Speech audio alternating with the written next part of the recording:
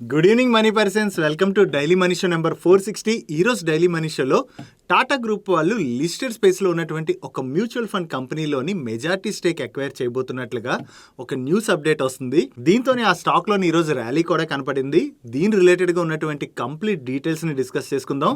దాంతోపాటు మార్కెట్లో ఉన్న ఇంపార్టెంట్ అప్డేట్స్ అన్నిటిని క్విక్గా డిస్కస్ చేసేద్దాం. ముందుగా మార్కెట్ అప్డేట్ చూసినట్లయితే ఈరోజు సెషన్లో సెన్సెక్స్ 468 పాయింట్స్ పెరిగి 61,806 పాయింట్స్కి క్లోజ్ అయినట్లయితే నిఫ్టీ 151 పాయింట్స్ పెరిగి 18,420 పాయింట్స్కి క్లోజ్ అయింది. అండ్ ఈరోజు సెషన్లో మిడ్ క్యాప్ ఇండెక్స్ 0.44% పెరిగినట్లయితే స్మాల్ క్యాప్ ఇండెక్స్ 0.29% పెరిగింది. అండ్ బ్యాంక్ నిఫ్టీ 0.45% పెరిగింది.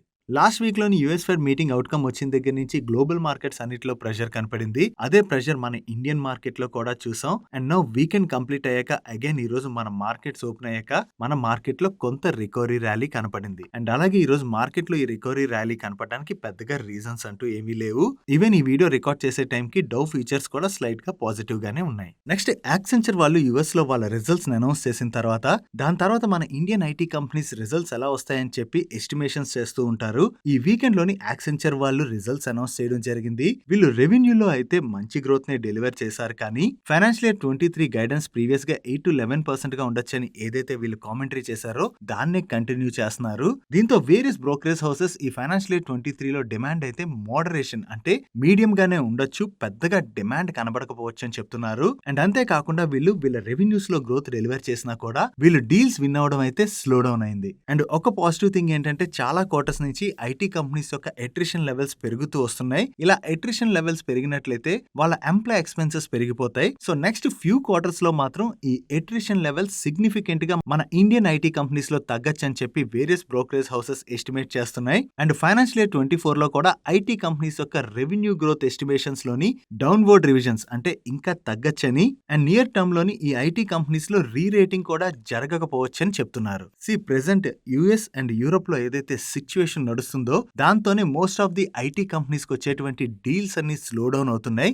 వీళ్ళకి వచ్చేటువంటి డీల్స్ గనక తగ్గినట్లయితే అది ఖచ్చితంగా వీళ్ళ రెవెన్యూస్ ని ఇంపాక్ట్ చేస్తుంది. దానివల్లనే నెక్స్ట్ ఫ్యూ క్వార్టర్స్ వరకు కూడా ఈ ఐటీ కంపెనీస్ లో రీ రేటింగ్ జరగకపోవచ్చు అని చెప్పి ఈ బ్రోకరేజ్ హౌసెస్ అన్ని కూడా ఎస్టిమేట్ చేస్తున్నాయి. కొంచెం వరకు ఈ యుఎస్ యూరోప్ సిచ్యువేషన్ సెట్ అయ్యే వరకు కూడా మనం ఈ ఐటీ కంపెనీస్ రిలేటెడ్ గా కొంత వాలటాలిటీ చూసేటువంటి అవకాశం ఉన్నది. ఎలాగా రిజల్ట్స్ సీజన్ ఈ జనవరి నుంచి స్టార్ట్ అవబోతుంది కాబట్టి ఈసారి మన ఐటీ కంపెనీస్ ఎటువంటి నెంబర్స్ పోస్ట్ చేస్తాయో ట్రాక్ చేయవలసి ఉన్నది. నెక్స్ట్ ఈ రోజు సెషన్ లో most of the sugar stocks positive గా రియాక్ట్ అయ్యాయి. దీనికి రీజన్ వీకెండ్ లోని జిఎస్టీ కౌన్సిల్ కొన్ని గూడ్స్ పైన ట్యాక్సెస్ ని తగ్గించడం జరిగింది. వాటిలోని మన government of India 20% ethanol blending target ఏదైతే పెట్టుకుందో దాన్ని అచీవ్ చేయడానికి అయితే గవర్నమెంట్ స్టెప్ బై స్టెప్ వేసుకుంటూ వెళ్తుంది. నౌ దీనికోసం అని చెప్పి ఇథైల్ ఆల్కహాల్ పైన ప్రీవియస్ గా 18% జిఎస్టీ ఉండేది. దీన్ని 5% కి తగ్గిస్తున్నట్లుగా వీళ్ళు అనౌన్స్ చేశారు. దీంతోనే most of the sugar stocks లోని మనం పాజిటివ్ మూమెంటం చూసాం. దీంతో పాటు గవర్నమెంట్ ఆఫ్ ఇండియా టొబాకో పైన ట్యాక్స్ పెంచొచ్చు అని చెప్పి కూడా న్యూస్ సర్క్యులేట్ అయింది. బట్ దీని రిలేటెడ్ గా ఎటువంటి అనౌన్స్మెంట్ చేయలేదు. సో ఈ ట్యాక్స్ విధించలేనట్లయితే అది ఐటీసీ అండ్ అలాగే గాడ్ఫ్రే ఫిలిప్స్ లాంటి కంపెనీస్ కి పాజిటివ్. దీనివల్ల ఈ టూ స్టాక్స్ కూడా ఈ రోజు సెషన్ లోని పాజిటివ్ గా రియాక్ట్ అయ్యాయి. అండ్ అంతేకాకుండా government of India online gaming and casinos పైన ట్యాక్స్ విధించొచ్చు అని చాలా రోజుల నుంచి న్యూస్ సర్క్యులేట్ అయింది. బట్ వీటిపైన ట్యాక్స్ రిలేటెడ్ గా కూడా ఎటువంటి డిసిషన్ తీసుకోలేదు. సో వీటిపైన కూడా ట్యాక్స్ విధించలేదు కాబట్టి ఇది delta Corp and Nazara technologies లాంటి స్టాక్స్ కి పాజిటివ్. ఈ వీడియోలో ఇన్ఫర్మేషన్ షేర్ చేయడానికి మన మనీ పర్స్ టీమ్ ఏవైతే ఎఫర్ట్స్ పెడుతుందో ఆ ఎఫర్ట్స్ కనుక మీకు హెల్ప్ఫుల్ అవుతున్నట్లయితే వీడియోని ఖచ్చితంగా లైక్ చేయండి. నెక్స్ట్ టాటా మోటార్స్ వాళ్ళ సబ్సిడరీ అయినటువంటి టీఎంఎల్ స్మార్ట్ సిటీ మొబిలిటీ సొల్యూషన్స్ వాళ్ళతోని బెంగళూరు మెట్రోపాలిటన్ ట్రాన్స్పోర్ట్ కార్పొరేషన్ వాళ్ళు ఒక డెఫినిటివ్ అగ్రిమెంట్ సైన్ చేశారు. ఈ అగ్రిమెంట్ లో భాగంగా ఈ బెంగళూరు మెట్రోపాలిటన్ ట్రాన్స్పోర్ట్ కార్పొరేషన్ వాళ్ళకి టాటా మోటార్స్ వాళ్ళ సబ్సిడరీ 921 లో ఫ్లోర్ ఎలక్ట్రిక్ బస్సెస్ ని సప్లై చేసి వాటిని ఆపరేట్ అండ్ మెయింటైన్ కూడా చేయబోతున్నట్లుగా వీళ్ళు అప్డేట్ చేస్తున్నారు. అండ్ ఈ కాంట్రాక్ట్ వీళ్ళకి 12 years గాను వచ్చినట్లుగా వీళ్ళు మెన్షన్ చేశారు. ఈవీ బిజినెస్ లో టాటా మోటార్స్ వాళ్ళకైతే కంటిన్యూస్ గా ఏవో ఆర్డర్స్ వస్తూనే ఉన్నాయి. అండ్ అలాగే వీళ్ళ ప్యాసింజర్ ఎలక్ట్రిక్ వెహికల్ సేల్స్ లో కూడా వీళ్ళు డీసెంట్ గ్రోత్ డెలివర్ చేస్తున్నారు. నెక్స్ట్ విష్ణు కెమికల్స్ వాళ్ళు ప్రీవియస్ గానే ఫేస్ వాల్యూ 10 గా ఉన్న వీళ్ళ స్టాక్ ని ఫేస్ వాల్యూ 2 కి స్ప్లిట్ చేయడానికి వీళ్ళ బోర్డు అప్రూవ్ చేయడం జరిగింది. అంటే రికార్డ్ డేట్ నాటికి ఎవరి దగ్గర అయితే ఈ విష్ణు కెమికల్ యొక్క 1 స్టాక్ ఉంటుందో అది 5 స్టాక్స్ గా మారబోతుంది.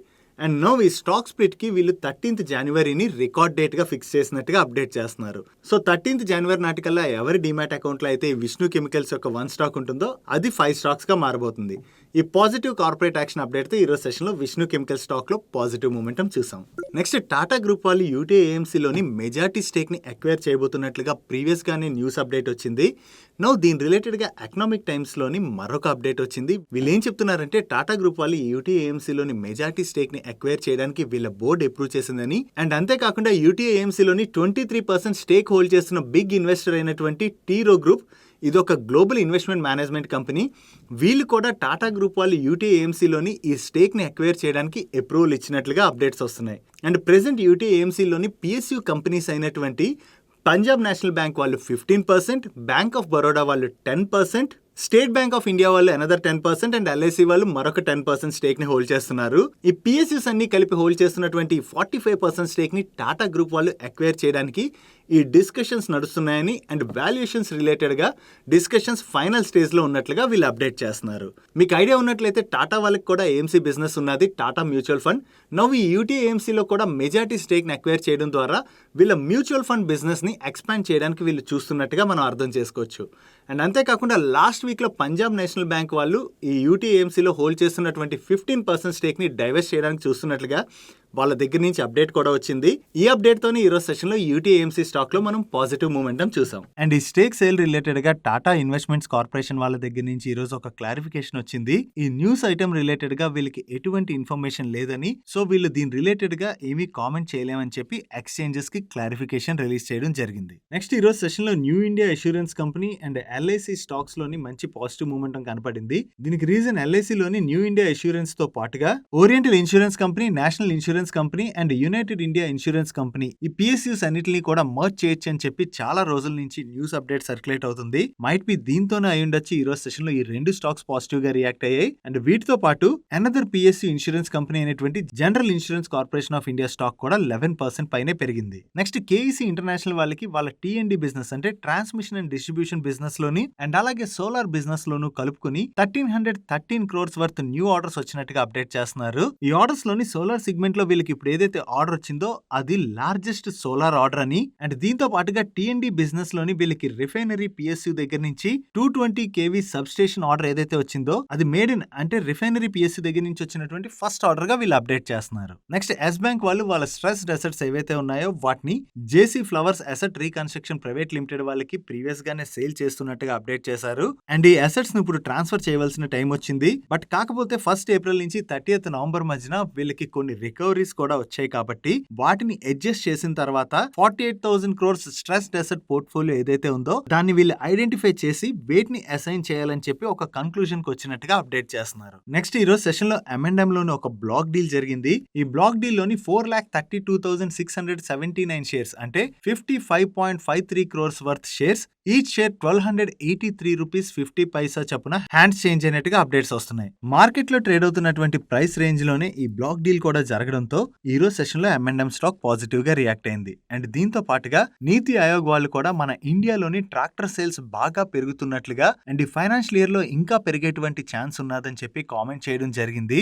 M&M వాళ్ళకి ఇప్పటి వరకు వీళ్ళ ట్రాక్టర్ సేల్సే కొంతవరకు ఇంపాక్ట్ చేశాయి. బట్ ఇండియాలో ఈ ట్రాక్టర్ సేల్స్ కనుక బాగా పెరిగినట్లయితే అది M&M రిలేటెడ్ గా కూడా పాజిటివ్. M&M తో పాటుగా ట్రాక్టర్ సేల్స్ చేసేటువంటి Escorts and VST tillers related గా కూడా మనం ఈ అప్డేట్ పాజిటివ్ గా అర్థం చేసుకోవచ్చు. నెక్స్ట్ ట్రాయ్ వాళ్ళు అక్టోబర్ మంత్ టెలికాం సబ్స్క్రైబర్ డేటాని రిలీజ్ చేశారు. ఈ అక్టోబర్ మంత్ లోని అన్ని టెలికాం కంపెనీస్ కలిపి నియర్లీ 18,13,152 సబ్స్క్రైబర్స్ ని కోల్పోయారు. దానికి మెయిన్ రీజన్ వోడాఫోన్ ఐడియా వాళ్ళు ఎక్కువ సబ్స్క్రైబర్స్ ని కోల్పోవడమే. అండ్ ఈ అక్టోబర్ మంత్ లో ఎయిర్టెల్ వాళ్ళు 8,05,109 సబ్స్క్రైబర్స్ ని యాడ్ చేసినట్లయితే జియో వాళ్ళు 14,14,006 సబ్స్క్రైబర్స్ ని యాడ్ చేశారు. అండ్ వోడాఫోన్ ఐడియా వాళ్ళు ఏకంగా 35,09,666 సబ్స్క్రైబర్స్ ని కోల్పోవడం జరిగింది. మిగతా టెలికాం కంపెనీస్ యాడ్ చేసినటువంటి సబ్స్క్రైబర్ కౌంట్ కన్నా కూడా వోడాఫోన్ ఐడియా వాళ్ళు కోల్పోయినటువంటి సబ్స్క్రైబర్ కౌంట్ ఎక్కువగా ఉండడం వలన ఓవరాల్ టెలికాం కంపెనీస్ 18 lakhs వరకు సబ్స్క్రైబర్స్ ని కోల్పోయినట్లుగా డేటా చూపెడుతుంది. నెక్స్ట్ శిల్ప మెడికేర్ వాళ్ళ దగ్గర నుంచి ఒక అప్డేట్ వచ్చింది.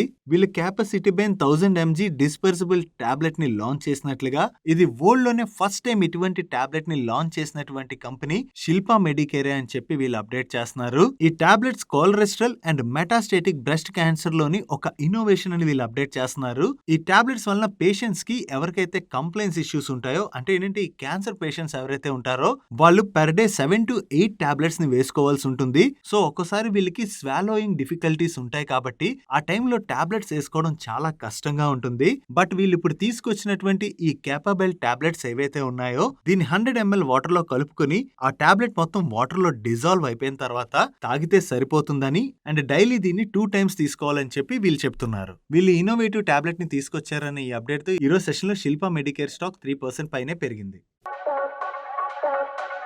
Coming to today's comments corner, ఈ రోజు క్వశ్చన్ ని ఇక్కడ పేరు మెన్షన్ చేయలేదు. In the bed time stories something పేరు ఉన్నది. ఆయన ఏమడుగుతున్నారంటే, dear team, my age is 35 and I'm working in PSU bank. I want to retire at 45 age. Let me know the handsome amount to be required to lead peaceful life and where to invest to achieve the same. Hello అండి, మీరు ఈ రిటైర్మెంట్కి ఎంత డబ్బులు కావాలని అడుగుతున్నారు. సింపుల్గా present మీ age 35 అంటున్నారు and 45 ఇయర్స్కి అంటే మీరు రిటైర్ అవడానికి ఇంకా 10 years టైమే ఉన్నది. అండ్ ఈ రిటైర్మెంట్ క్యాలిక్యులేట్ చేసేటప్పుడు మనకి వేరియస్ ఇన్పుట్స్ అవసరం అవుతాయి. మీ దగ్గర ప్రెజెంట్ ఎంత కార్పస్ ఉన్నది అన్నది నాకు ఐడియా లేదు. అండ్ అలాగే మీ మంత్లీ ఎక్స్పెన్సెస్ ఎంత అవుతున్నాయి అన్నది కూడా నాకు ఐడియా లేదు. మీ మంత్లీ ఎక్స్పెన్సెస్ ప్రెజెంట్ ఎంత అవుతున్నాయో దాన్ని ఇయర్ అంటే 12 months ఉంటాయి కదా, ఈ 12 monthsకి క్యాలిక్యులేట్ చేసుకున్న తర్వాత మీరు నెక్స్ట్ ఇయర్ కూడా సేమ్ లైఫ్ స్టైల్ని మెయింటైన్ చేసినా కూడా మీ ఎక్స్పెన్సెస్ పెరుగుతాయి. ఎందుకంటే మన ఇండియాలో ఇన్ఫ్లేషన్ రేట్ 6 to 7% ఉన్నది. సో నెక్స్ట్ ఇయర్కి మీరు సేమ్ లైఫ్ స్టైల్ని మెయింటైన్ చేస్తున్నా కూడా మీ ఎక్స్పెన్సెస్ 6 to 7% పెరుగుతాయి. అలాగే మీరు సేమ్ లైఫ్ స్టైల్ని కంటిన్యూ చేసుకుంటూ వెళ్ళినట్లయితే ఎవ్రీ ఇయర్ మీ ఎక్స్పెన్సెస్ ఈ 6 to 7% అన్నది పెరుగుతూనే ఉంటాయి. అండ్ రిటైర్మెంట్ తర్వాత మనకి మెడికల్ ఎక్స్పెన్సెస్ కూడా కొంచెం పెరుగుతాయి. సో దాన్ని కూడా మనం రిటైర్మెంట్ కోసం ఎంత కార్పస్ కావాలని క్యాలిక్యులేట్ చేసుకునేటప్పుడు పరిగణలోకి తీసుకోవాలి. సో ఇటువంటి ఇన్పుట్స్ అన్నీ కలిపి మెన్షన్ చేస్తూ క్యాలిక్యులేట్ చేసినట్లయితే మన రిటైర్మెంట్కి ఎంత కావాలన్నది మనకు అర్థమవుతుంది. మీరు ఇక్కడ ఎటువంటి డీటెయిల్స్ మెన్షన్ చేయలేదు కాబట్టి దాన్ని మీకు ఎగ్జాక్ట్ ఫిగర్లో నేను చెప్పలేకపోతున్నాను. అండ్ అంతేకాకుండా రిటైర్మెంట్ కోసం క్యాలిక్యులేట్ చేసుకునేటప్పుడు ప్రతి ఒక్కరిది ఒకేలా ఉండదు. ఎందుకంటే మీ లైఫ్ స్టైల్ని బట్టి మీకు ఒక ఎండ్ కార్పస్ అవసరం పడుతుంది అండ్ అలాగే నా లైఫ్ స్టైల్ని బట్టి నాకు ఒక కార్పస్ అవసరం పడుతుంది. సో అందుకని మన కార్పస్ని క్యాలిక్యులేట్ చేసుకునేటప్పుడు మన లైఫ్ స్టైల్ ఎక్స్పెన్సెస్ ఎలా ఉన్నాయి అండ్ అలాగే మన ఓవరాల్ మంత్లీ ఎక్స్పెన్సెస్ ఎలా ఉన్నాయి అండ్ దాంతోపాటు ఇన్ఫ్లేషన్ పరిగణలోకి తీసుకోవాలి. అండ్ అలాగే చిల్డ్రన్ ఎడ్యుకేషన్ ప్లానింగ్, అది మీరు 45కే రిటైర్ అవుతా అంటున్నారు కాబట్టి 45 years తర్వాత మీ చిల్డ్రన్ ఎడ్యుకేషన్ అంటే హైయర్ ఎడ్యుకేషన్కి మీకు ఎంత అమౌంట్ అవసరం అవుతుందో కూడా వాటిని కూడా పరిగణలోకి తీసుకోవాలి. సో అందుకని మీరు రిటైర్మెంట్ క్యాలిక్యులేషన్కి డీటెయిల్స్ అన్ని మెన్షన్ చేయలేదు కాబట్టి ప్రెజెంట్ అయితే చెప్పలేకపోతున్నాను. కాకపోతే మీరు రిటైర్మెంట్కి ఎలా క్యాలిక్యులేట్ చేసుకోవాలనేది మీకు ఇక్కడ స్క్రీన్ మీద కనపడుతున్నటువంటి వీడియోలోని అన్నయ్య ఆల్రెడీ క్లియర్గా ఎక్స్ప్లెయిన్ చేశారు. దానిలో రిటైర్మెంట్ క్యాలిక్యులేటర్ని కూడా ఉంచడం జరిగింది. సో ఒకసారి ఆ కంప్లీట్ వీడియోని చూడండి. ఈ రోజు డైలీ మనిషి యొక్క ఎండ్ కార్డ్లో ఆ వీడియోని ఉంచుతాను. చూసి మీ రిటైర్మెంట్కి ఎంత కార్పస్ అవసరం అన్నది ఆ క్యాలిక్యులేటర్ని యూజ్ చేయడం ద్వారా మీరు క్యాలిక్యులేట్ చేసుకున్నట్లయితే మీకు సింపుల్గా తెలిసిపోతుంది. అండ్ ఆ క్యాలిక్యులేటర్ని ఆల్రెడీ మన టెలిగ్రామ్ ఛానల్లో షేర్ చేసాం. దాని యొక్క లింక్ కూడా ఆ వీడియో యొక్క డిస్క్రిప్షన్లోని కామెంట్ సెక్షన్లో ఉంటుంది. దాని మీద క్లిక్ చేసుకుని మీరు ఆ క్యాలిక్యులేటర్ని కూడా డౌన్లోడ్ చేసుకోవచ్చు. I hope this clarified your query. And మీలో కూడా ఎవరికైనా ఏమైనా క్వశ్చన్స్ ఉన్నట్లయితే కింద కామెంట్ సెక్షన్లో కామెంట్ చేయండి. మన నెక్స్ట్ డైలీ మనిషిలో పిక్ చేసి ఆన్సర్ చేయడానికి ట్రై చేస్తాను. That's it for today's daily మనిషి గైస్. ఈ రోజు డైలీ మనిషిలో నేను షేర్ చేసిన ఇన్ఫర్మేషన్ మీకు నచ్చినట్లయితే ఈ వీడియోని లైక్ చేయండి. అండ్ ఈ video me friends and family members helpful అవుతుందంటే ఈ వీడియోని వాళ్ళకి షేర్ చేయండి. అండ్ మీరు ఇదే ఫస్ట్ టైం మన మనీ పర్స్ ఛానల్కి వచ్చి ఛానల్ ఇంకా సబ్స్క్రైబ్ చేయలేనట్లయితే ఇక్కడ ఉన్న ఛానల్ లోగో మీద క్లిక్ చేసి ఛానల్ సబ్స్క్రైబ్ చేస్తూ పక్కన ఉన్న బెల్ ఐకాన్లో ఆల్ నోటిఫికేషన్స్ యాక్టివేట్ చేసుకోండి. నేను చంద్రశేఖర్ పత్రి మరొక ఇంట్రెస్టింగ్ వీడియోతో కలుద్దాం. Good night.